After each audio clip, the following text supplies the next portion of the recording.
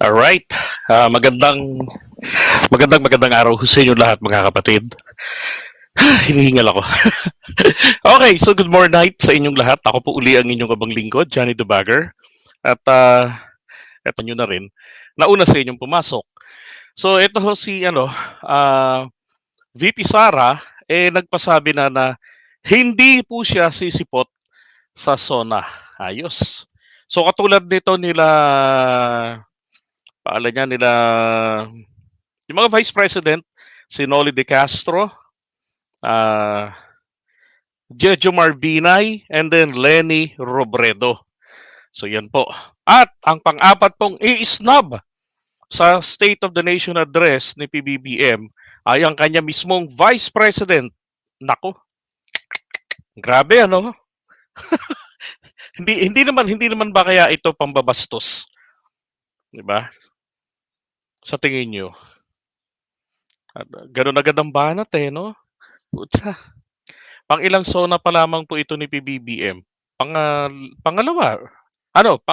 Pangatlo, tama? Oh, hindi, pangalawa lang, tama. Itong sona ni PBBM. So, alam nyo na. Kilala nyo na si Inday. Ito pa ho ang nakaka-insulto dito. Ha? Tinanong kasi siya ng mga reporter kung siya ba ay dadalo sa State of the Nation address. Ang sagot niya, hindi. Hindi ako pupunta sa SUNA. Sabi niya, I am appointing myself as the designated survivor. Anong ibig sabihin nun? 'Di ba? As the designated survivor. Oh. So ano to? Pang-iinsulto sa ating presidente. Oo, pangatlo nga eh. Naalala ko yung pangalawa, yun yung nag-ano rin kami ni Go Philippines. Antindi, no? Hindi, alam niyo para sa akin para sa akin bakit? Kailangan ba ang Vice President doon? Presidente naman po yung mag-i-State of the Nation address, di ba? So, ano naman ngayon kung walang 'di ba? Kung wala naman doon ang mga Vice President. At least, 'di ba nagpakita na 'to ng kanilang pag-uugali. Ito na naman tayo balik na naman po ang Pilipinas doon sa mga warlord politicians. 'Di ba? Yung tipong kapag hindi ko kasundo, hindi ako binigyan ng pira. Nagre-rebuild ako. Yung mga style na ganyan. Magagalit ako, hindi ako kakain, parang batang maliit na mitopak. Hindi ako kakain. Ayoko, hindi ako bigyan ng Jollibee. Yan, yung mga ganun nagtatantrums, 'di ba? Ito, alam nyo, tingnan nyo naman tong isa. Meron ho kasi nakapansin, no? Kasi kung nakita nyo lang yung suot ni PBBM na damit kanina. Teka, I'll show it to you. Nagulat din kasi yung aking kaibigan. Bakit biglang si PBBM nakadamit ng pang-DepEd? Yun. Sabi ko, ako hindi ko alam bakit nakadamit na pang-DepEd naman po etong si PBBM. Ito. Wait a second.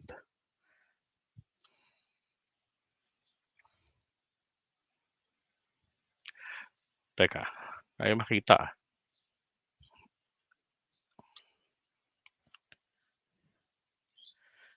Where are you? Okay, ito po. Yun. Kanina lang ho yan. If I'm not mistaken, ito saan nga bang event ito? Parang sa opening yata ito ng palarong pambansa. Yun. Grabe. Siyempre, presidente ka, di ba? Ano naman ngayon kung magsuot ka ng DepEd?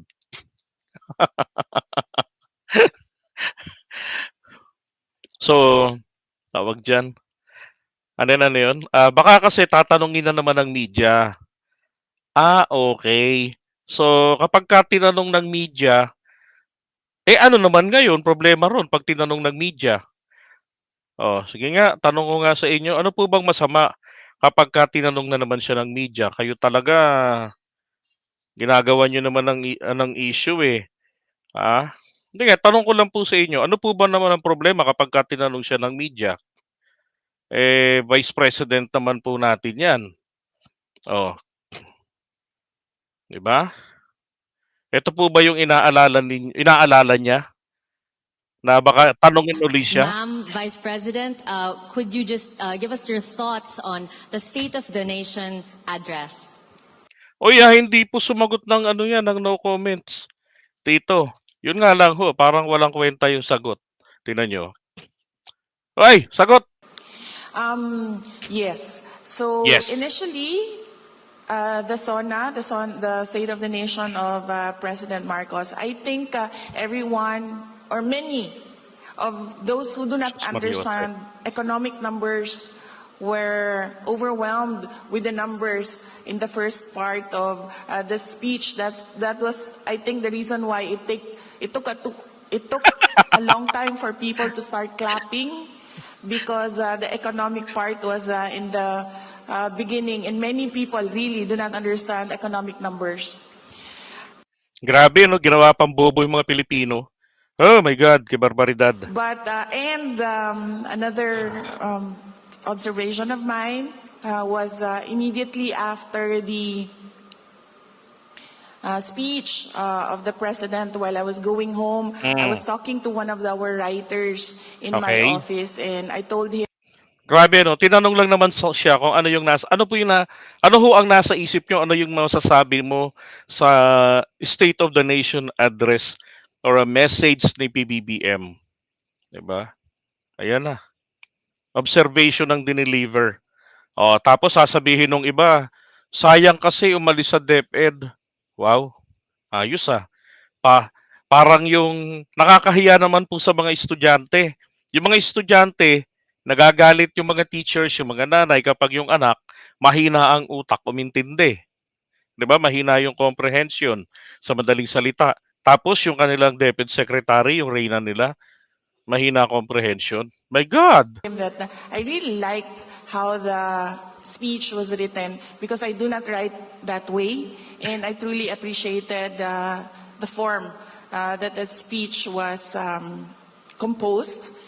And as a cabinet secretary and one who is the other half of the unit team, I would say that the State of the Nation of address of Okay. President Marcos was Ano pa? Ano? on point and perfect. Yay! Putik. Walang Tumigil ka na nga. Alam niyo, sa tuwing ipapakita ko yun, eh, hindi ko maalis sa isip sa sarili kong gumanon, eh. Mapapagaya ako, eh. Eh, di ba imagine, Vice President mo, DepEd Secretary, ganyan. Buti na lamang po, ano na lang, 8 araw na lang siya doon. Di ba? Last day niya yung 19. Hindi pala, 18 yung last day niya. Grabe. Si Itok-Itok talaga, oh. Okay, sabi ni Juan Relief, Sarah appears not a good example for pupils. Ay, totoo po yun. Diba? Sa kanyang salita, na pananalita bilang Vice President, ay nakakahiya na nagpapatunay na walang alam din. Correct. Alam niyo, hindi naman ho kasi basihan po pagka-abogado, magaling. Hindi ho ganun yun. Ang dami nga akong kilalang abogado, magnotaryo nga, hindi marunong. Walang law office. Basta abogado. Pumasa naging abogado dahil po sa fraternity. Gano'n po kaimportante ang fraternity sa College of Law. Tanong niyo sa mga kaibigan ninyo na na nasa nag-law o yung mga abogado. Lalo pag mababa ang grade, yung parang tipong pumasa lang, pasang-awa. Ay gawa po ng fraternity 'yan. I remember when I was in college, the political science tayo. Sabi ng mga nauna sa akin, 'di ba, nagsimula ako sa school. Sabi na bilang transfer ako from Guzman Institute. So, automotive. Tapos nag Pol Sci. Ngayon, yung mga dumating ako ron, ang mga subject ko, dahil late student ako, eh, mga pang third year, fourth year college. So graduating yung mga iba. Oh, pag nami-meet ko sila, yung mga naging kaibigan ko, yung iba naging professor, tapos naglolo, na-advise sa akin, sali ka sa frat namin. Dito ka sa San Beda mag-aral. Putik, akala nila graduating na ako, di nila alam ano pa lang ako ron, kumbaga level ko pa lang doon, second year. 'Di ba? And then kada bar ops 'yan. Nakakakuha kami ng kopya. Sinasagot namin yung kami magkakaibigan din. Yung best friend ko rito, kapitbahay ko, nasa Canada na ngayon. Nag-ano kami, nag-brainstorming kami ron sa questionnaire. Minsan natatawa kami. Mas nakaka-nervous pa yung prof namin, si Professor Quiñones diyan sa University of the East Manila. Pag yun na nagtanong. Oo. Lalo na sa international law. Ay, nako. Okay, so iwan muna natin ito. Basta masabi ko lang rito, bastos. Ano, kabastusan itong gagawin ni VP Sara. I don't know kung meron na po tayong ganitong precedents na ang Vice President na na kaalyado nung kampanyahan, tapos hindi naging kalaban ng presidente, 'di ba? Naging magkakontra sila, and pagdating po ng State of the Nation address ay ini-snub ito. Okay, ngayon kung ang kinakatakot naman po yung matanong, yung itok-itok. Yan, kung ito po yung kinatatakutan, hindi naman niya po ito dapat katakutan. Di wag siyang dumalo sa PICC sapagkat yan naman po ay idinadaos yan sa PICC. Diba? Tinatanong yung mga bisita dyan, ng mga government officials. Ay nako, my God. Alright, so iwan natin to. Sara talaga.